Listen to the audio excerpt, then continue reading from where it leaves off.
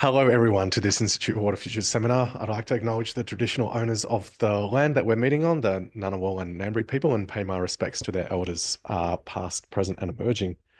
We do have a few people online, as well as the people in the room, so welcome to you.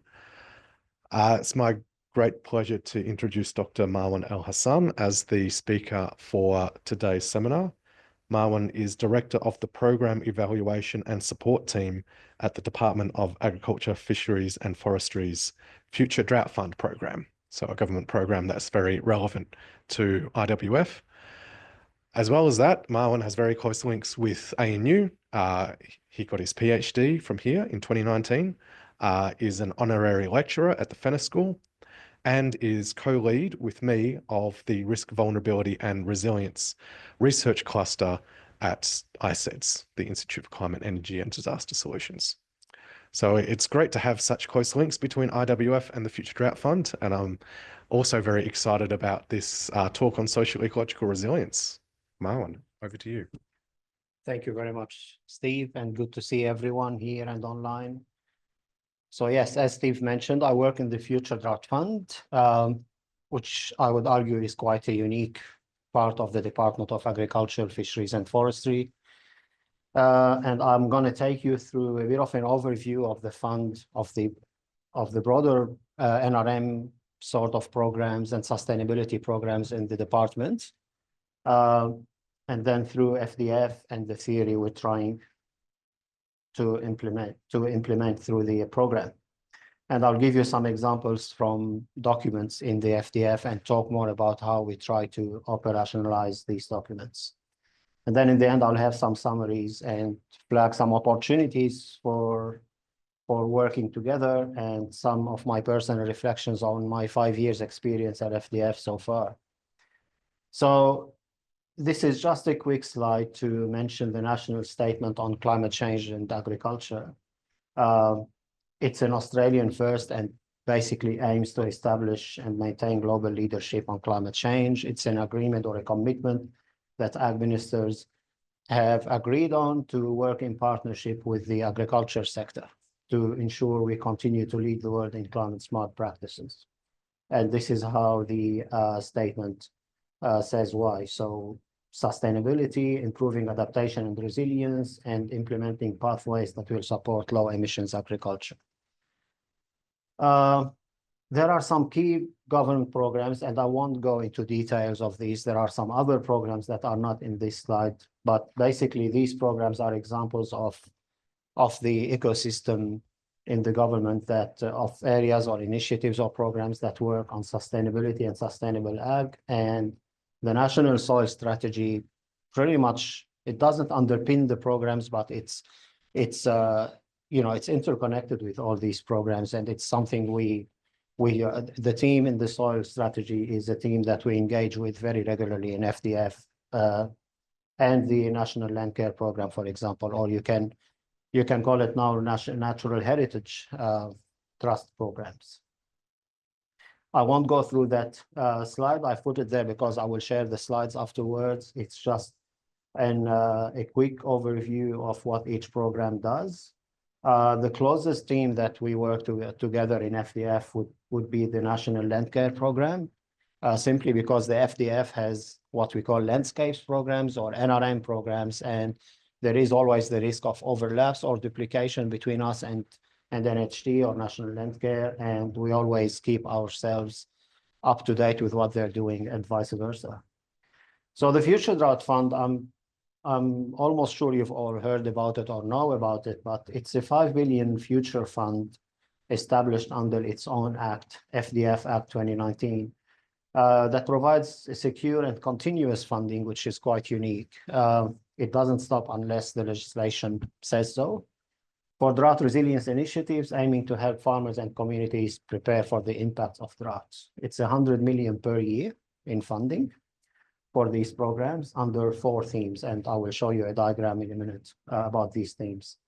I think it's a unique and distinct pathway to sustainability through a focus on building resilience to drought and broader climate change. And our approach and our programs include innovative and where needed transformative management of natural capital that underpins landscape function and ecosystems, goods and services, as well as businesses and communities. So the FDF has three interlinked strategic priorities about economic resilience, environmental resilience, and social resilience. Most importantly, it's proactive program, not reactive. We don't provide in-drought support. It's all about preparedness to droughts. Other areas do provide in-drought support, and of course, we work closely with them. We're all part of the same division in the departments. We're trying our best to adapt, to manage adaptively through a monitoring, evaluation, and learning framework, under which the impacts of our programs are measured and reported. Now, this is now starting to happen simply because it's a young program relatively, and our first few programs are now finishing or finished. So this is where we will be moving to evaluating and learning from them. We have regular stakeholder feedback and input. From time to time, we have a consultation through the have your say process or other types of engagement.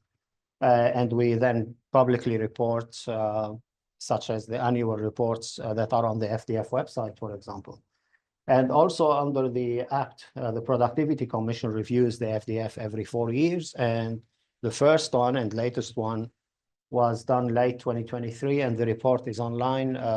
Possibly some of you have already seen it, but there are some specific recommendations there on how we did and what we can improve.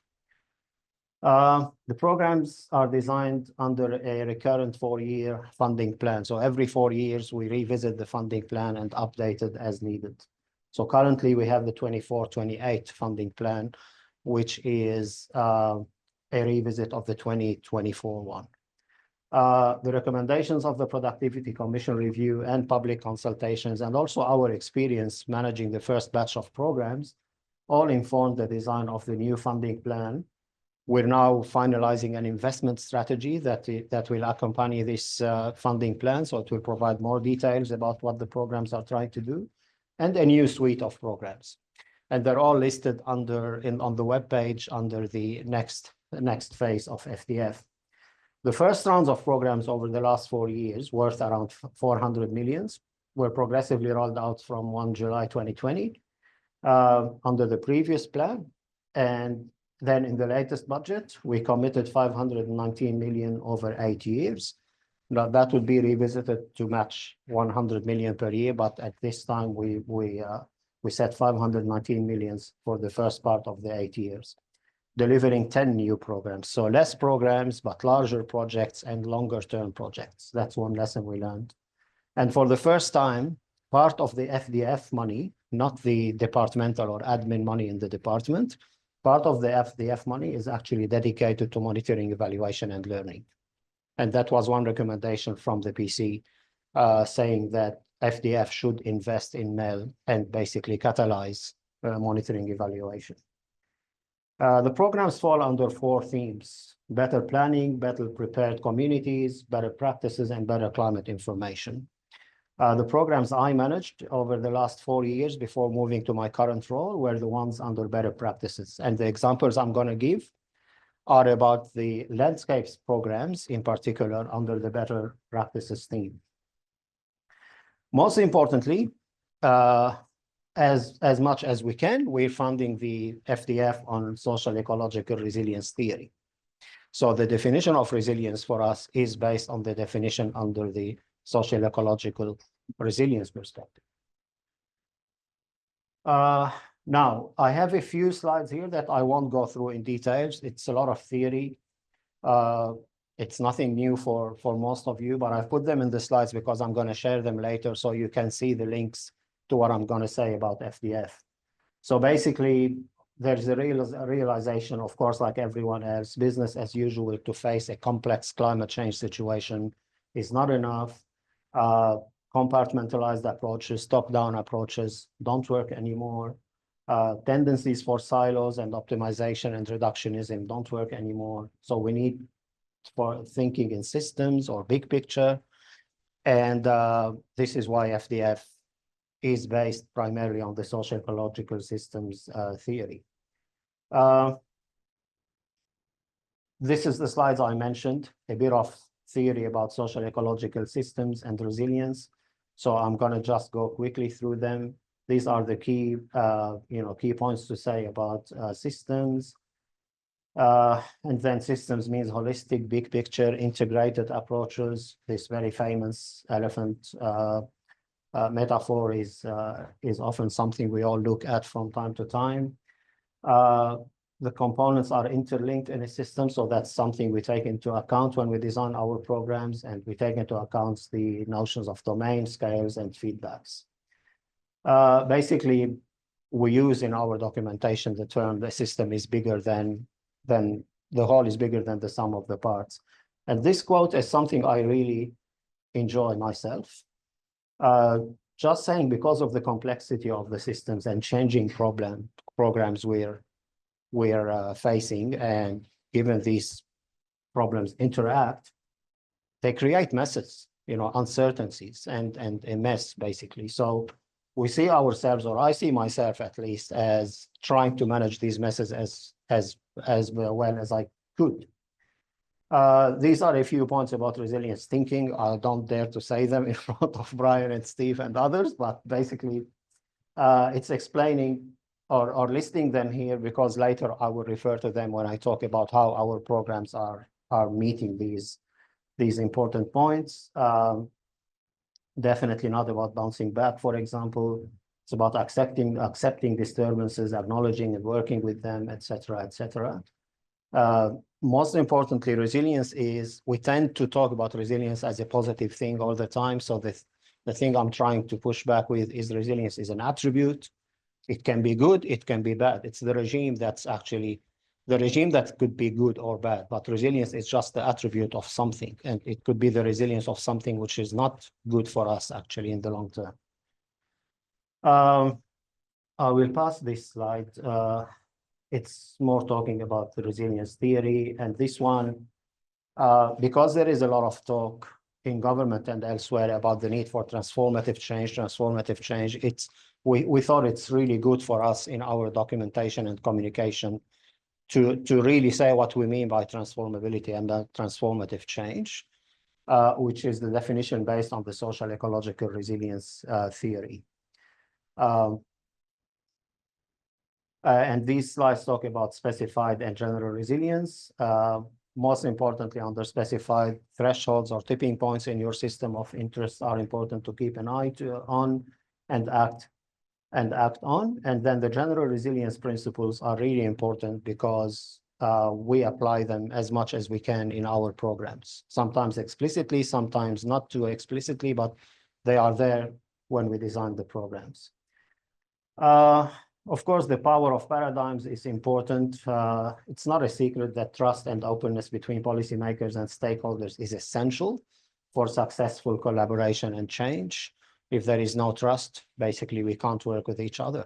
And stakeholders are all stakeholders other than the government, basically, and sometimes other government agencies. So the policies that take these behavioral attributes into consideration would probably work best. And we're trying our best to do that in FDF. Now back to the FDF, the funding plan is simply a high-level principles-based framework that guides all FDF guiding. So all programs have to align under the funding plan. It will be supported by another policy document, as I mentioned, the investment strategy. It defines drought resilience, and this is why I wanted to put some theories slides in the beginning, as the ability to adapt, reorganize, or transform in response to changing temperature, increasing variability and scarcity for improved economic, environmental, and social well-being. This is the closest we could get to the definition under resilience theory, which I think is working. It includes 3 interlinked, equally important strategic priorities. So we don't silo the environmental, social, or economic aspects of resilience. We treat them as a system of 3 important parts, basically. And therefore, the response when designing the programs is that programs have to meet maybe more so on one side of things like environmental, but it also has, or by nature, it will have contributions to economic and social resilience. Here's the strategic priorities that I mentioned, three of them: economic resilience, environmental resilience, and social resilience. And this is the objectives that are related to these priorities. So all this is in our official documentation. So there is more details if you go and read the plan, and when the investment strategy comes out, it will all be out there. Now, the funding plan principles are important, and this is where I listed the terminology from resilience theory and how we think or how we attempted to meet them in the funding plan. For example, adaptation and/or transformation is reflected in the plan as consider the opportunities for incremental, transitional, and transformational change needed to strengthen drought resilience and foster innovation, and to promote transformational change where appropriate. So that was a recommendation, for example, from the Productivity Commission, which is the FDF needs to push more for transformational changes, given the complexity of what's happening around us in the climate sphere. The notion of scales is also supported or mentioned in the funding plan, the domains which are reflected in the interlinked strategic priorities themselves. Collaboration and networks. Here we're going into the principles of general resilience, where connectedness and networking is one of these elements of general resilience. So we use a lot of these wording, not only the funding plan, but also in the guidance documentation for our programs and in our communication with our stakeholders when we develop, for example, work plans for the projects under any program. We really push people to think in complex adaptive systems.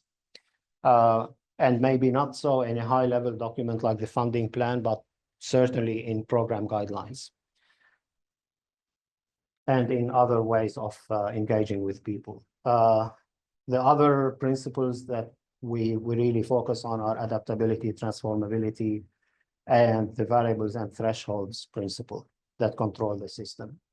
And these are the ways we're implementing that. For example, for transformability, we're supporting preparedness to change. We're providing options to change, which is giving people money to enable safe fail experimentation. This is something we really push with that terminology. We've had some people coming back and saying, do you mean fail safe? Because we're not used to this terminology, and we had to say, no, it's actually safe fail. We want you to try. And if we fail, we learn from the failure. It's all good. And then supporting the capacity to change through funding, as well as sharing project outcomes at scale. So this will start to happen moving forward, sharing project and program outcomes with everyone. So we can all learn, like when I say we, it's us and our delivery partners, from what's happened and move forward. So as I said, I'm going to give some examples from the better practices theme, and in particular, the landscapes programs, which I had the pleasure to manage. So there were 3, and there is now 4, who someone else is managing because I moved to my new role in monitoring, evaluation, and learning.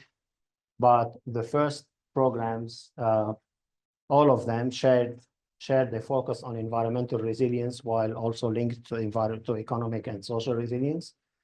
They all aim to build resilience and arguably broader climate impacts by focusing on management of natural capital.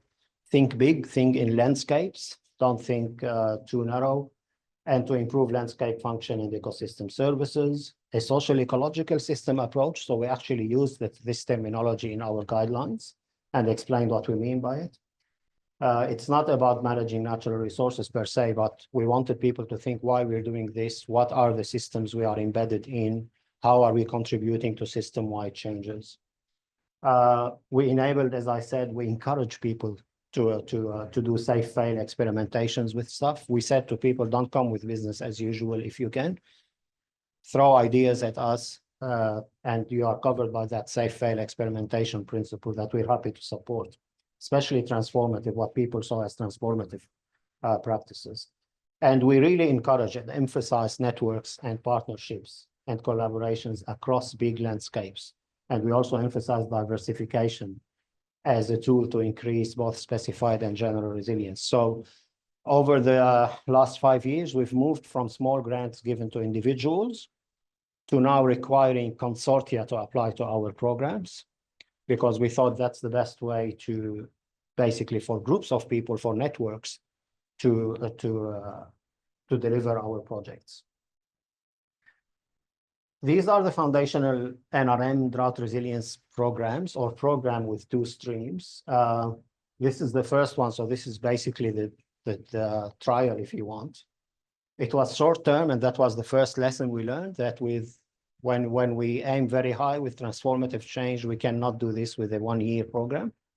But nevertheless, we delivered the program. It supported building the capacity and resilience of soils and landscapes to underpin farm productivity through drought, promoted sail-fail experimentation, et cetera, et cetera. So we had 80 projects under these 2 streams, worth a total of 13.4 million. And these are examples from the guidelines to show you how we use the language, and then in the guidelines, the resilience language. And then after that, we engaged a lot with applicants, with successful delivery partners to take them through what we mean by this terminology, if there was any ambiguity. And we had good responses to that. But that's an example that you can read slowly later if you want. Learning and experimentation, safe fails, adaptive and/or transformative approaches, whole of system NRM thinking and practices, et cetera, et cetera. And we really pushed for networks and connectedness and the diversity, so diversification as a tool for building resilience. The program that came after that learned a key lesson, that you can't, as I said, promote transformational change with very short programs that even provide small grants to individuals. Other areas do this. We decided with this program to take it a notch up and say only consortia can apply, and the projects will have to be for 3 years.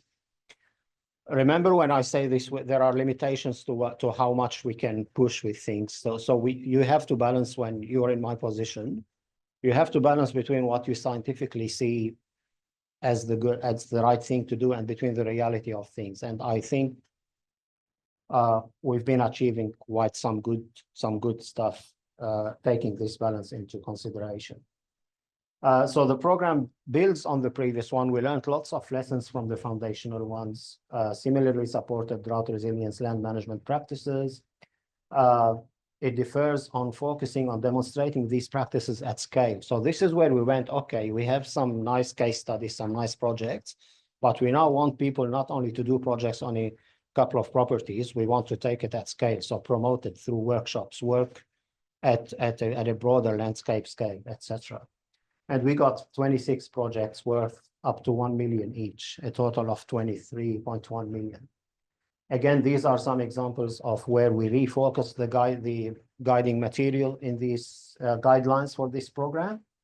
And you can see here things reappear, like appearing for the first time, probably, like feedbacks, interactions, mention of nonlinear changes, and things like, again, the whole system is more than the sum of its parts. Now, remember, these are just excerpts. If you read the whole guidelines document, which is quite a long document, there are other examples of the terminology and approach we use there. And we helped people apply within those parameters. And then for the successful one, we help them deliver their work plans in a way that responds to these guidelines. Now, the Resilient Landscapes is the newest baby in town. It's one of the new 10 programs announced in the last budget. It's now open for applications. So you can go online and have a look. I think Steve have probably shared the link, or can share the link. I can share it as well. Basically, it builds on the previous programs. It focuses on achieving and measuring transformational change and impact at landscape scale. So with this one, we've even further learned from the drought resilient soils and landscapes. The exciting thing about this program is we pushed with the idea of tipping points or thresholds. And we say, okay, now we've done 3 programs, we've learned things. Now we need to be even bolder pushing with the resilience theory. So we're going to encourage people to consider the tipping points or thresholds in their systems of interest And we want them to come with suggestions of how to avoid these tipping points, or if they can't avoid them and they've crossed them already, how to transform in response to that if adaptation is not enough. It enables farmers to be prepared for and have the capacity and diversity of options to respond to droughts. And it's a $40 million program. So this time it's going to be larger and longer projects in comparison to the previous one. And when I say longer, it's a 6 years program now. Again, a few excerpts from the guidelines.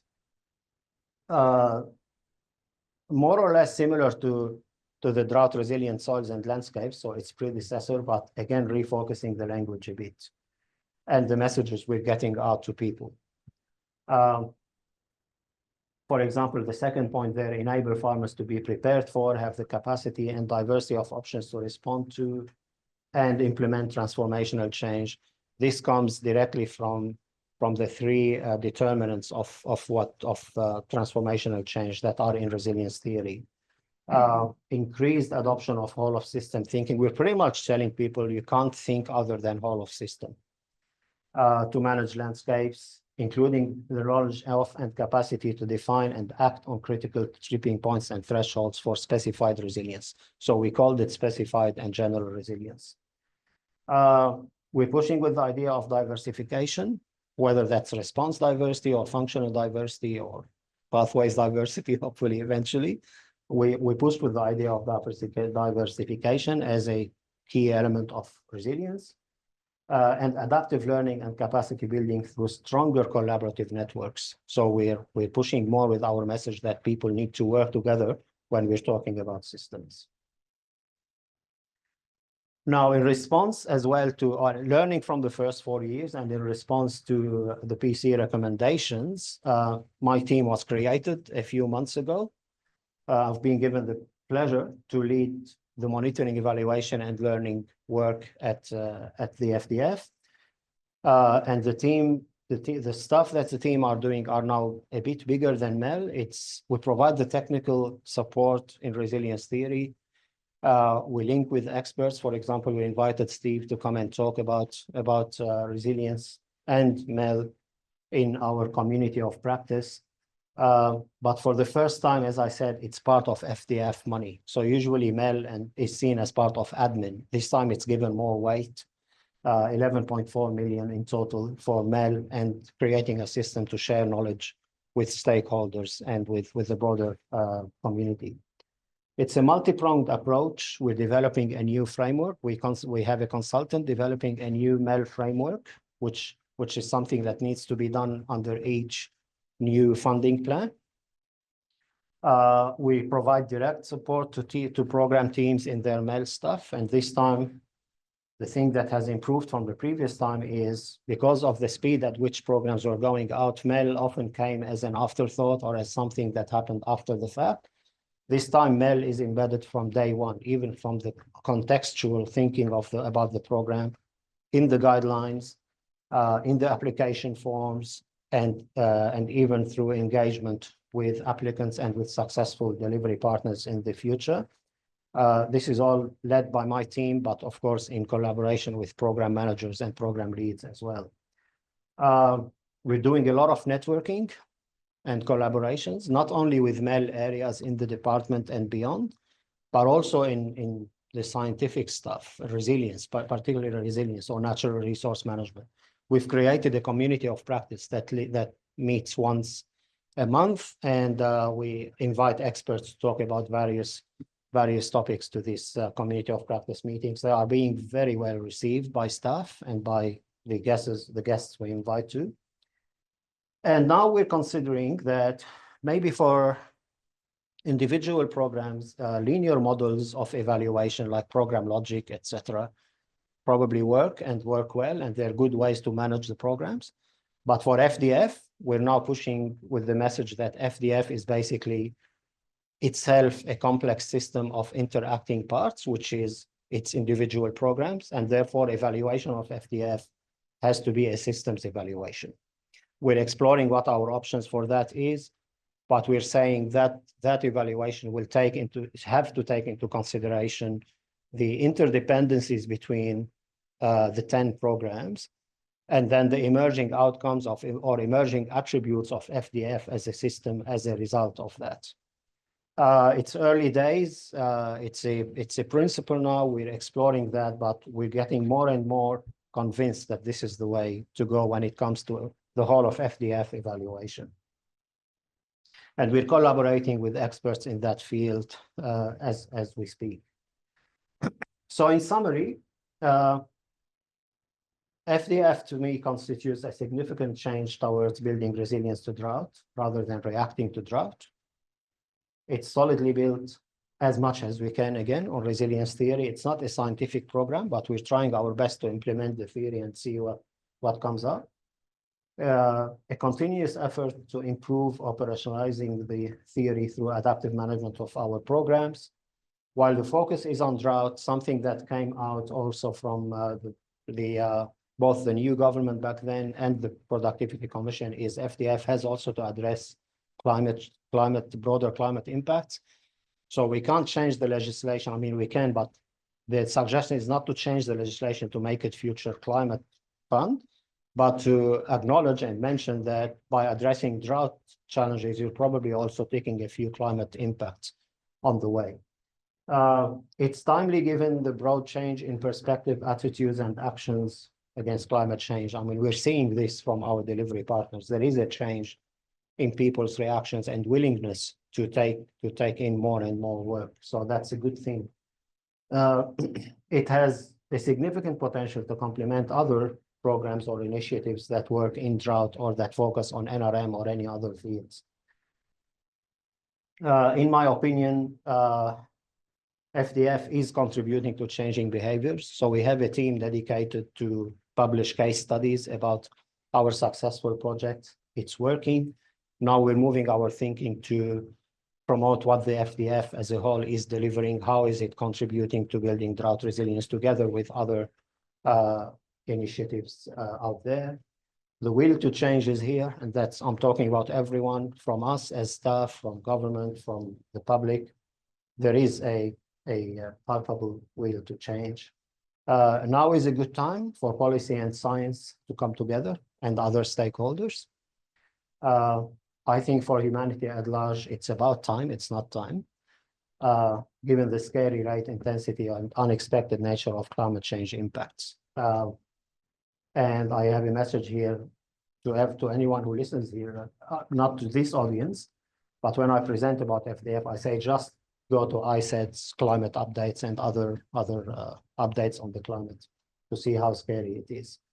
So the opportunity is moving forward with FDF. We will continue as best as we can to implement and learn from implementing social-ecological resilience. The new funding plan, investment strategy, the MEL strategy that we're doing, and the suite of programs, as much as we can, we've taken our learning and from the previous plan and programs and trying to embed that learning. There's a good momentum, as I said. We potentially have a leadership role in the resilience sphere, and I think we're getting there slowly, which is great. I see FDF potentially as the enabler of holistic transformational change. You don't see this language a lot in other programs, as far as I know, so that's a good thing.